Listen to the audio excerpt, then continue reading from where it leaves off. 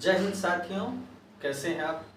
उम्मीद करता हूं बेहतर होंगे और मॉडर्न हिस्ट्री के इस क्लास के लिए पूरी तरह से प्रिपेयर होंगे दोस्तों। तो हम दोस्तों मॉडर्न हिस्ट्री पढ़ रहे हैं, आधुनिक भारत का इतिहास बिल्कुल नए तरीके से और सरल तरीके से, ताकि इतिहास हमें बोझिल न लगे और इतिहास की समझ हमें जो है बिना दिमाग पे जोर डाले या बिना फैक्ट्स को याद किए हुए भी बहुत अच्छे से सरल तरीके से समझ में आ जाए। दोस्तों इतिहास कुछ भी नहीं है, बस बीती घटनाओं का एक कालक्रम है और हमें इसको जो है समझते हुए पढ़ना है, ताकि हम जो है तथ्यों के भार से दबे न। हमें परीक्षा में मॉडर्न हिस्ट्री का पोर्शन जो है बहुत अच्छे से तैयार करना पड़ता है दोस्तों। आपको पता है कि इसका एक अपना महत्व है।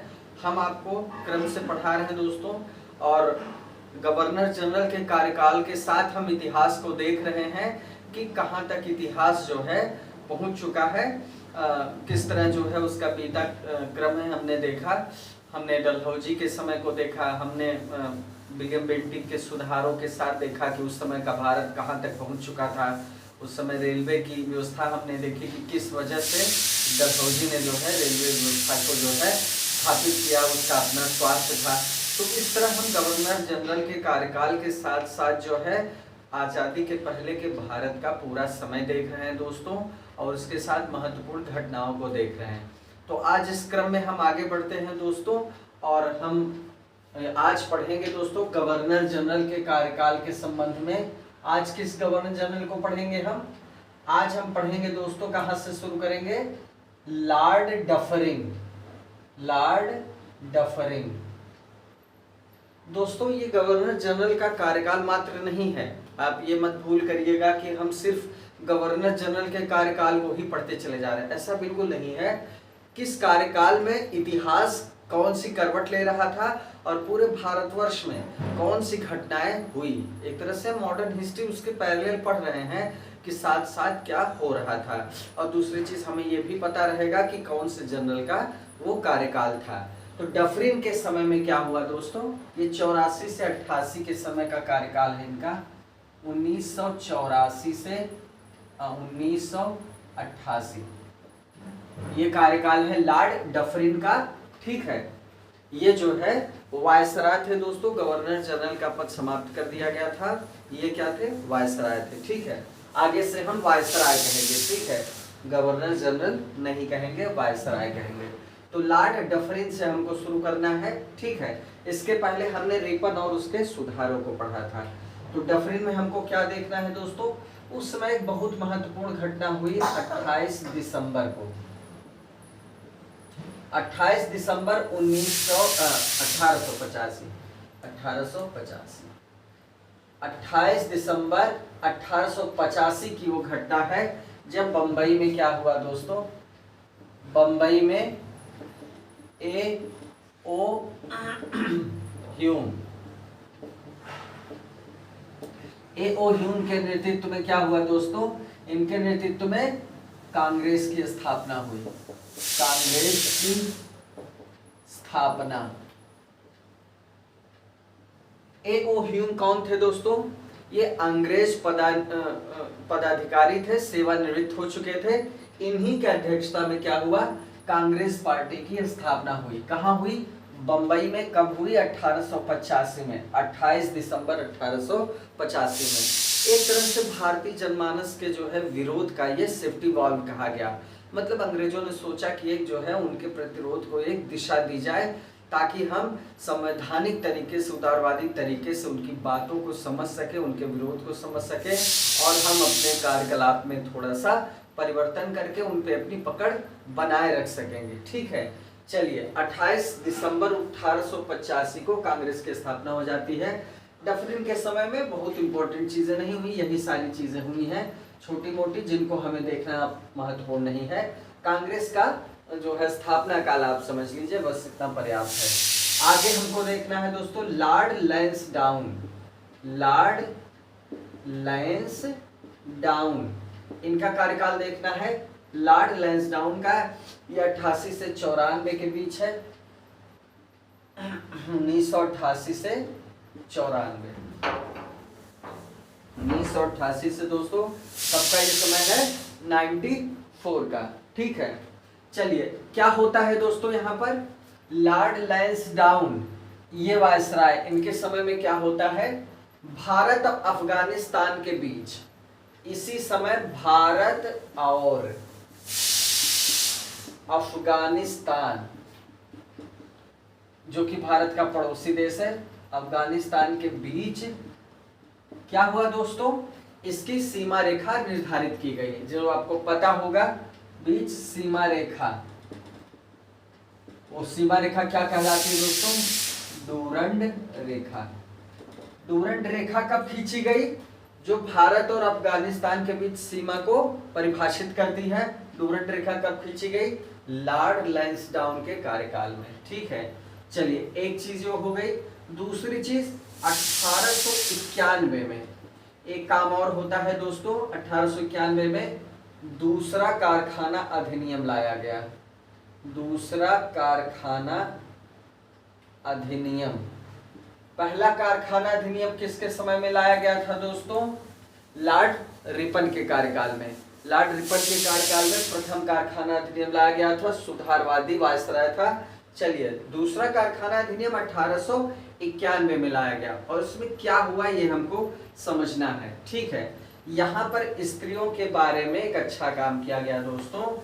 यहाँ पर स्त्रियों को क्या किया गया, स्त्रियों को 11 घंटे प्रतिदिन से अधिक काम करने पे प्रतिबंध लगा दिया गया। 11 घंटे से अधिक प्रतिदिन मतलब एक दिन में 11 घंटे से अधिक काम नहीं कर सकती। 11 घंटे प्रतिदिन से अधिक काम करने पे प्रतिबंध, इस पे क्या लगा दिया गया, प्रतिबंध लगा दिया गया। मतलब एक दिन में 11 घंटे से अधिक काम नहीं कर सकती। और एक काम हुआ दोस्तों, एक दिन की सप्ताह में छुट्टी की व्यवस्था की गई। सप्ताह में एक दिन की छुट्टी की भी व्यवस्था की गई। किसके लिए, स्त्रियों के लिए। रविवार की छुट्टी तो घोषित पहले ही हो चुकी थी 1843 में ही, लेकिन ये जो है सप्ताह में एक दिन की छुट्टी घोषित की गई। किसके लिए, स्त्रियों के लिए। दूसरे कारखाने अधिनियम में ये काम किया। ठीक है, किसने, लॉर्ड लैंसडाउन ने। क्लियर हुआ, मतलब क्या क्या हुआ, डूरंड रेखा खींची गई, भारत अफगानिस्तान के बीच, स्त्रियों के लिए द्वितीय कारखाना अधिनियम लागू किया गया, जिसमें 11 घंटे प्रतिदिन से अधिक काम करने पर प्रतिबंध लगाया गया, और हफ्ते में एक दिन की छुट्टी घोषित की गई। चलिए लैंसडाउन भी हमने देख लिया। अब बहुत महत्वपूर्ण वायसराय हैं कर्जन। अब हमको किसको देखना है दोस्तों, एक बहुत ही महत्वपूर्ण वायसराय को, जिसका नाम क्या था, Curzon, Lord Curzon. Lord Curzon, इसका कार्य 1899 से 1905 का है। 1899 से 1905 ये लॉर्ड कर्जन का कार्यकाल है। देखिए दोस्तों, लॉर्ड कर्जन जो जाना जाता है अपनी सबसे बड़ी भारत विरोधी गतिविधि के लिए जाना जाता है। वो सबसे महत्वपूर्ण इसका जो काम है भारत विरोधी, वो क्या है, बंगाल विभाजन। ये मत भूलिएगा, बंगाल विभाजन इसका सबसे महत्वपूर्ण भारत विरोधी काम है, बंगाल विभाजन, याद रहेगा। चलिए, और इसने कुछ काम किए, चलिए इसको देखेंगे हम। इसने और कुछ काम किए, या इसके समय में जो जो हुआ उसको हम लोग एक एक करके देखेंगे। इसने क्या किया, भारतीय टंकण और पत्र मुद्रा अधिनियम, भारतीय टंकण और पत्र मुद्रा अधिनियम पारित किया। ठीक है, पारित किया। कौन सा अधिनियम पारित किया दोस्तों, भारतीय टंकण और पत्र मुद्रा अधिनियम इसने पारित किया, जिसके हिसाब से क्या किया गया, अंग्रेजी स्वर्ण मुद्रा को, भारत की अंग्रेजी स्वर्ण मुद्रा को, अंग्रेजी स्वर्ण मुद्रा को क्या किया गया, भारत की कानूनी मुद्रा घोषित कर दिया गया। ठीक है, घोषित कर दिया गया, भारत की कानूनी मुद्रा घोषित कर दिया गया। ठीक है, चलिए ये बात समझ में आ गई। एक काम तो ये हुआ, ठीक है। उसके बाद क्या किया इसने दोस्तों, आपको पता है रिपन ने काफी सुधार किए, जिसमें उसने स्थानीय स्वशासन की भी नींव डाली थी। भारत में स्थानीय आधुनिक स्थानीय स्व प्रशासन का जनक किसे कहा जाता है? लॉर्ड रिपन को कहा जाता है। उसी ने जो है व्यवस्थित रूप से उसकी शुरुआत की। अब देखिए दोस्तों, इसने क्या किया, कर्जन ने क्या किया, रिपन की स्थानीय स्वशासन, रिपन की स्थानीय स्वशासन प्रणाली पर आघात किया।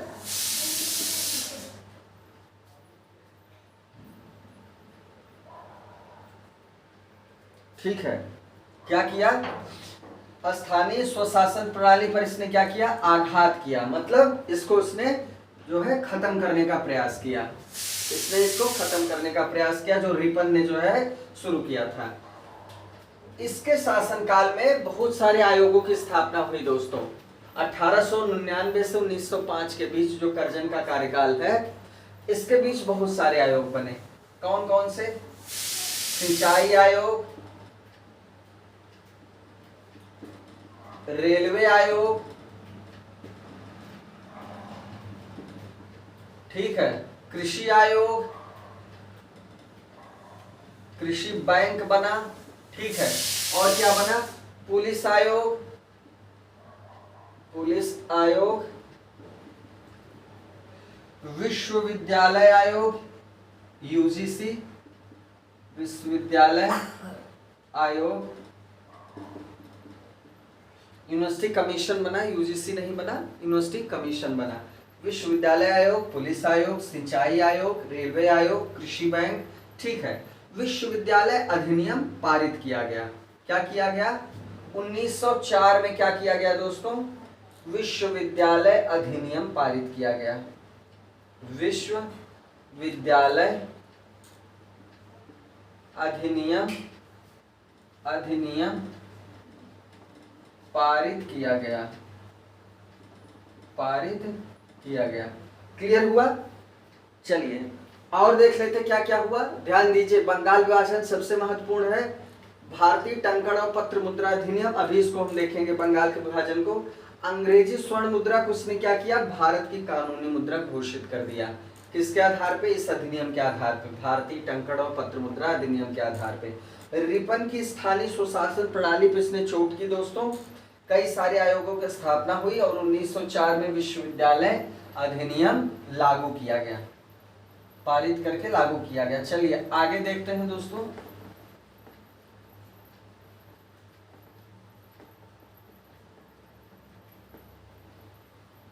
आगे देखते हैं, आगे हमको क्या देखना है। इसने एक बहुत ही महत्वपूर्ण काम किया 1904 में।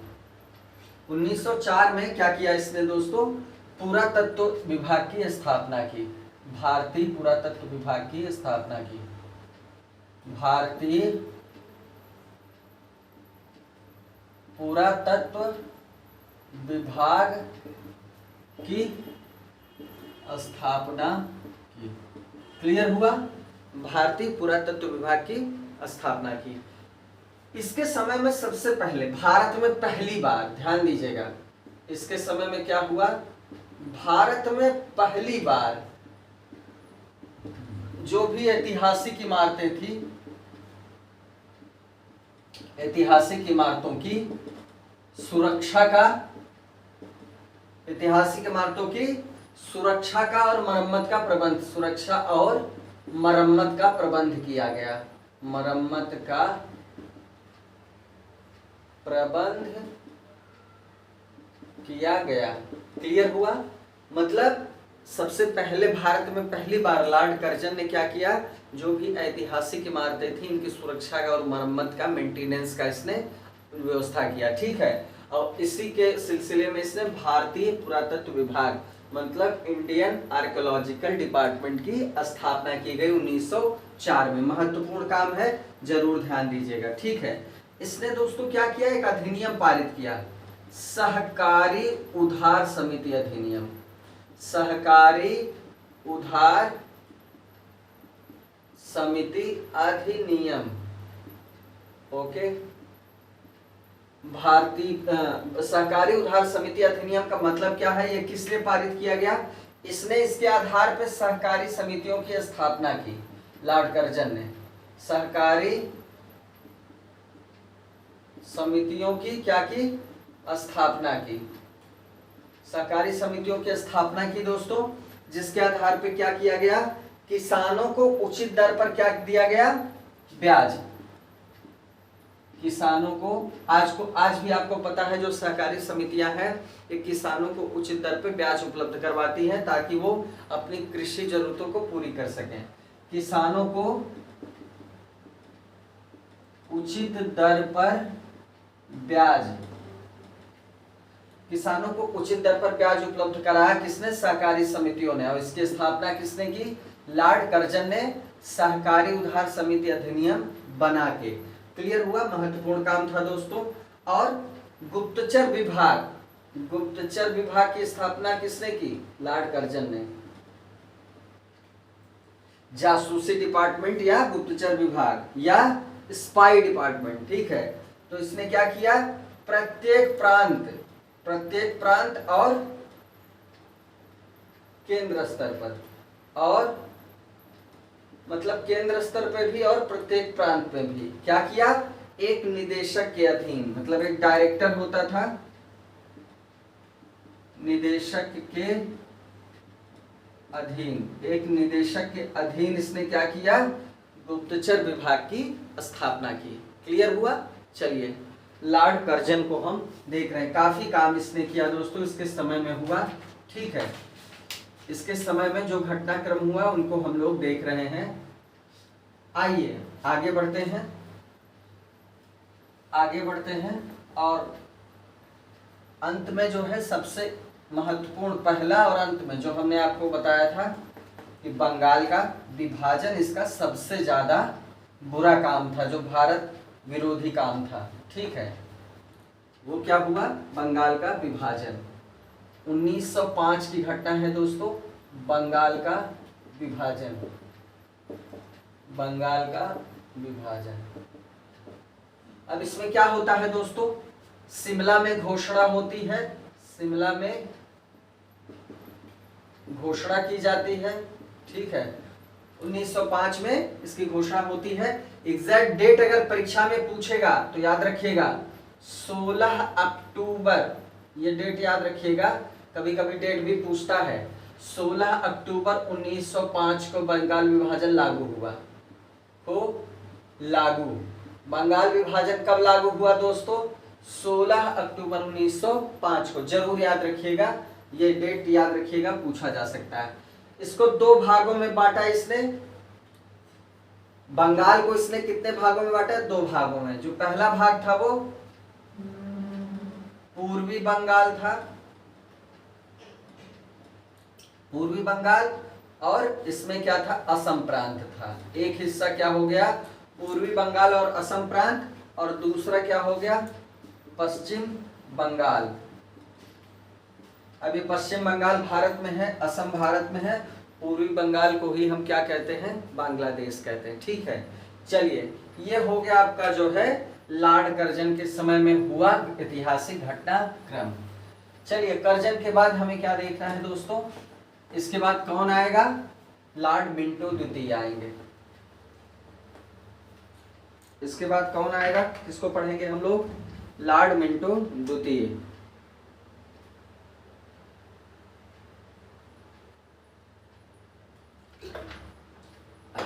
अब हम लोग देखेंगे लॉर्ड मिंटो द्वितीय को।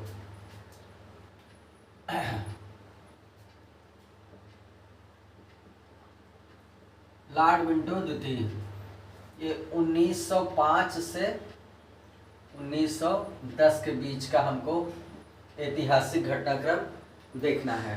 पहला काम, आगा खां और सलीम उल्ला खां, सलीम उल्ला खां, दोनों के नेतृत्व में क्या होता है दोस्तों, ढाका में के नेतृत्व में 1906 में क्या होता है, मुस्लिम लीग की स्थापना, मुस्लिम लीग की स्थापना। क्लियर हुआ? 1906 की घटना है, मुस्लिम लीग की स्थापना होती है ढाका में और आगा खां और सलीमुल्लाह खान की अध्यक्षता में, ठीक है, नेतृत्व में या अध्यक्षता में, ठीक है। दूसरा महत्वपूर्ण घटनाक्रम 1907 में होता है दोस्तों।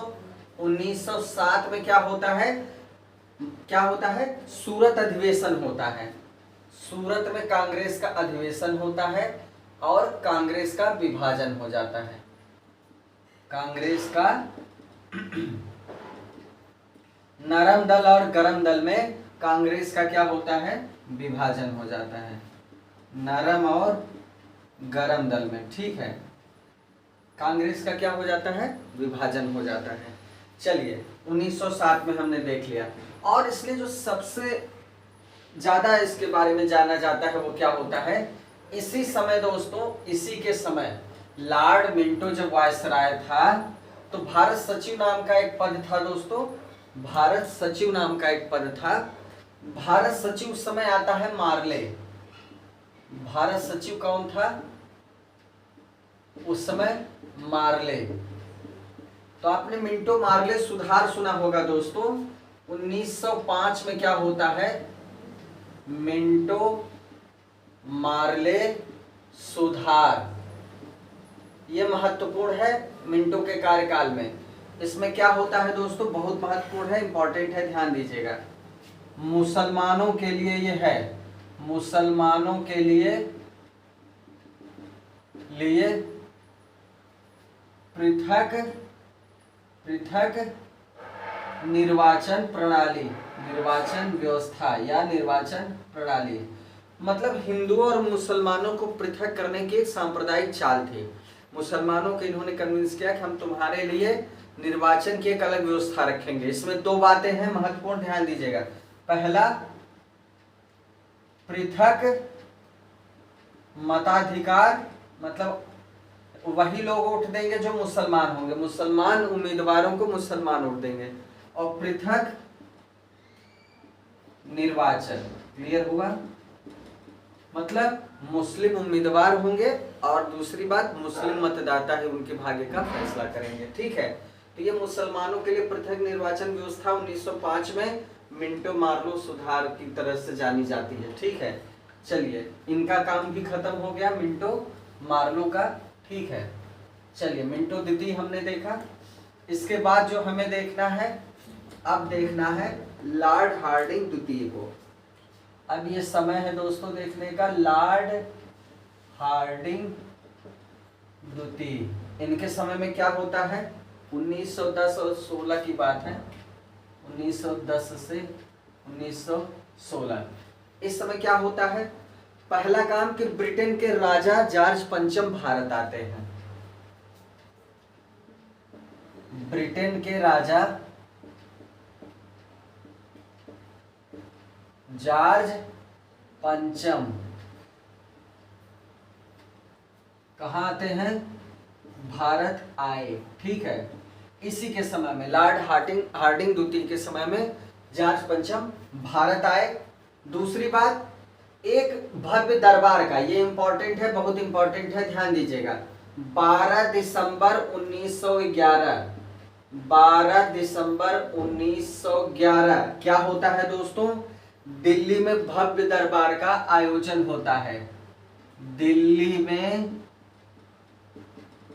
भव्य दरबार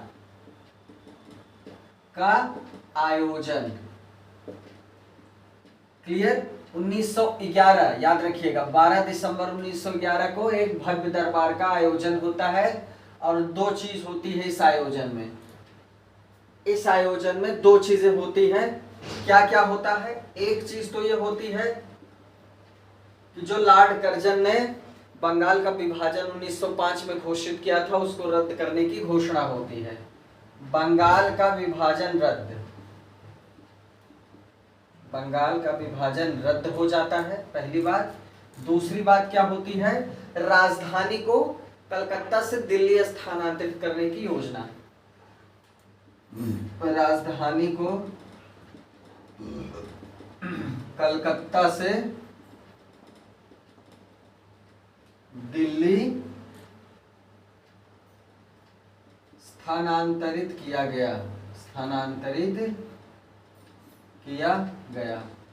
मतलब राजधानी को दिल्ली से कहां स्थानांतरित किया गया, कोलकाता, जिसको हम कोलकाता कहते हैं आज, कलकत्ता से दिल्ली को स्थानांतरित किया गया। क्लियर हुआ, दो चीज होती है, ठीक है। अब इसके बाद क्या होता है दोस्तों, दिल्ली में ही लॉर्ड हार्डिंग पे बम फेंका जाता है, ठीक है, लॉर्ड हार्डिंग पे बम फेंका जाता है, हालांकि ये बच जाता है, ठीक है। चलिए 28 जुलाई की घटना महत्वपूर्ण है, 1914। 28 जुलाई 1914 को क्या होता है दोस्तों, प्रथम विश्व युद्ध की शुरुआत। प्रथम विश्व युद्ध की शुरुआत हो जाती है 1914 से। 28 जुलाई 1914 से विश्व में प्रथम विश्व युद्ध की शुरुआत हो जाती है। क्लियर हुआ। चलिए आगे बढ़ते हैं दोस्तों, आगे बढ़ते हैं। इसके बाद देखते हैं क्या होता है। अब आते हैं लॉर्ड चेम्सफोर्ड। कौन आता है, लॉर्ड चेम्सफोर्ड। क्रम से आप देखते रहिए, यहाँ पर गवर्नर जनरल, वायसराय, गवर्नर, ये सब इंपॉर्टेंट नहीं दोस्तों। यहाँ पर सिर्फ ये देखना है कि उस समय कौन सा वायसराय था या गवर्नर जनरल था, किसके कार्यकाल में घटना हुई, थोड़ा सा याद रखिए। और बाकी घटनाक्रम पे जरूर नजर रखिए कि किस घटनाक्रम के बाद दूसरा घटनाक्रम कौन हो रहा है। ये पूरी मॉडर्न हिस्ट्री हम लोग एक सीक्वेंस में पढ़ रहे हैं, एक ऐसे क्रम में पढ़ रहे हैं ताकि हमें समझ में आए और सरल तरीके से याद हो जाए। इसके बाद हम देखेंगे दोस्तों लॉर्ड चेम्सफोर्ड को, ठीक है, लॉर्ड चेम्सफोर्ड को। इनका कार्यकाल 16 से 21 के बीच में है दोस्तों, 1916 से 21 के बीच में, ठीक है, 1916 से 21 के बीच में इनका कार्यकाल है।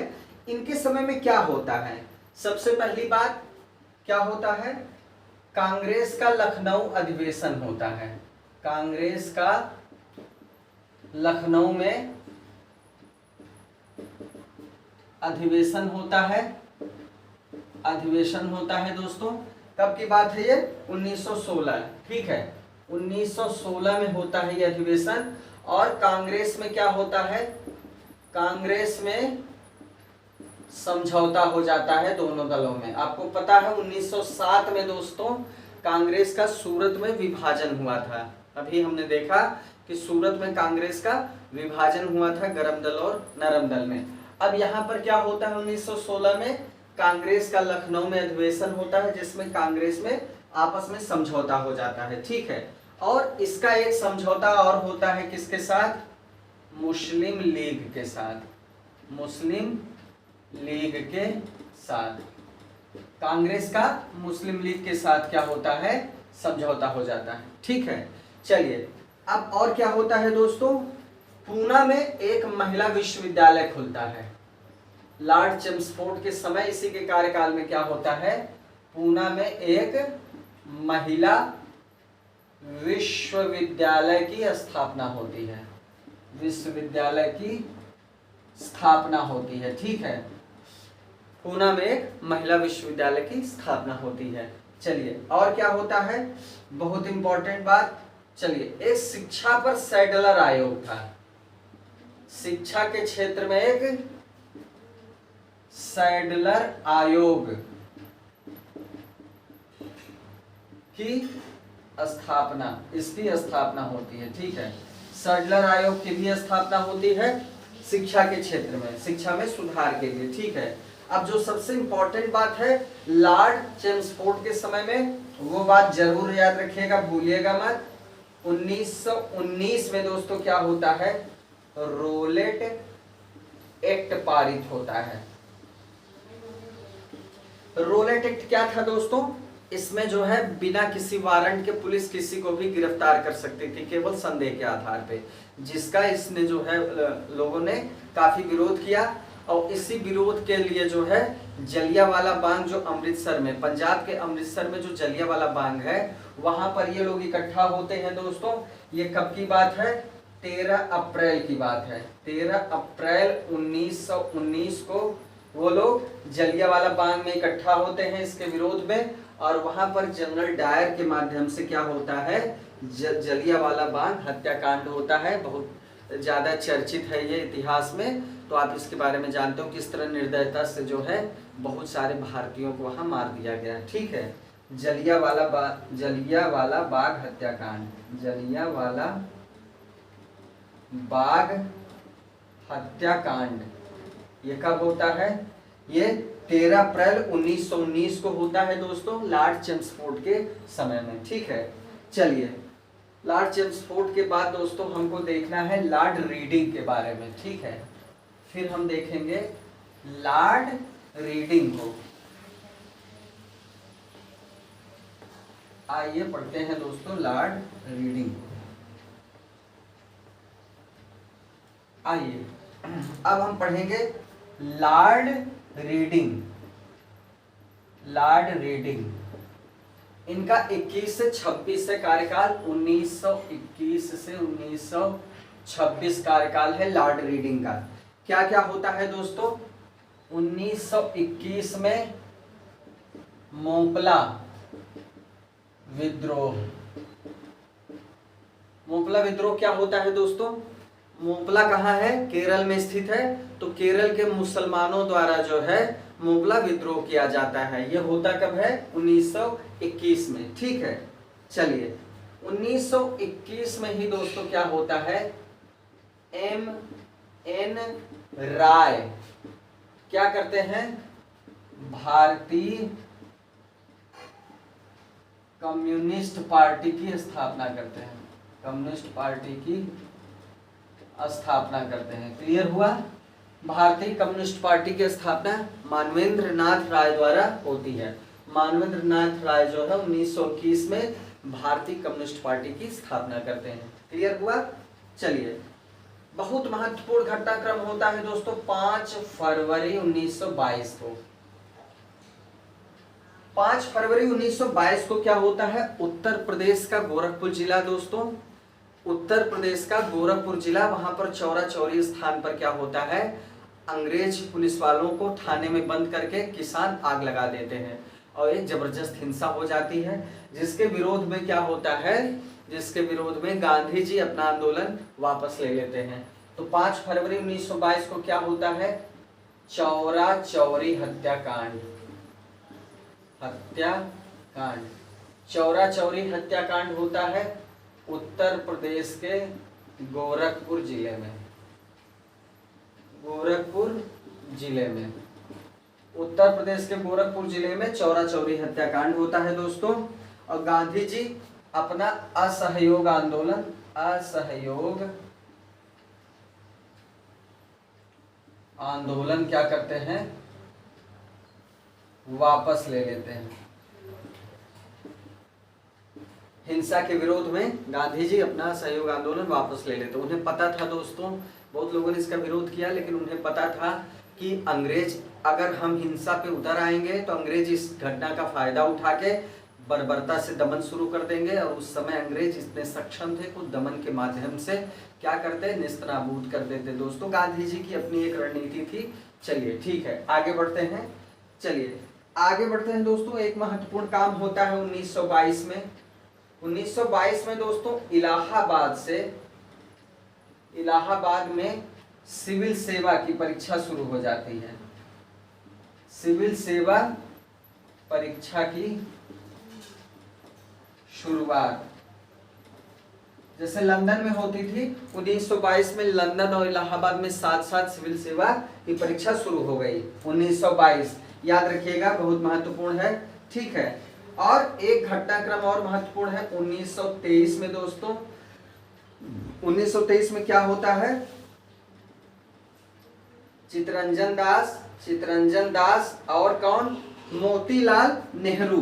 मोतीलाल नेहरू, दो लोग, चित्तरंजन दास और मोतीलाल नेहरू, ये लोग मिलके क्या करते हैं? स्वराज पार्टी। और ध्यान दीजिएगा ये कांग्रेस के ही अंतर्गत स्वराज पार्टी की स्थापना करते हैं। स्वराज पार्टी की स्थापना करते हैं। ठीक है, अब कहाँ करते हैं दोस्तों? इलाहाबाद में, जो इस समय प्रयागराज कहा जाता है। इलाहाबाद, उत्तर प्रदेश। यहाँ पर चित्तरंजन दास और मोतीलाल नेहरू स्वराज पार्टी की स्थापना करते हैं और ये पार्टी कांग्रेस के ही अंतर्गत रहती है। ठीक है, तो चलिए दोस्तों, यहाँ तक का घटनाक्रम हम लोगों ने देख लिया। किस तरह इतिहास को हम पढ़ रहे हैं आप देख रहे हैं। हम केवल गवर्नर जनरल या वायसराय जो भी हैं, ये तो वायसराय हैं, पहले गवर्नर आया, उसके बाद गवर्नर जनरल आए, फिर वायसराय को हम लोग देख रहे हैं। इसी घटनाक्रम में हम एक एक घटनाओं को जो है, मोस्ट इंपॉर्टेंट घटनाओं को आपके सामने जो है नोट करा रहे हैं, ताकि आप उनको जो है याद कर सकें और समझ सकें किस वजह से क्या हुआ। क्रम से कहानी की तरह आप समझते चलें। आज के वीडियो में इतना ही दोस्तों, मिलते हैं नेक्स्ट वीडियो में। जय हिंद।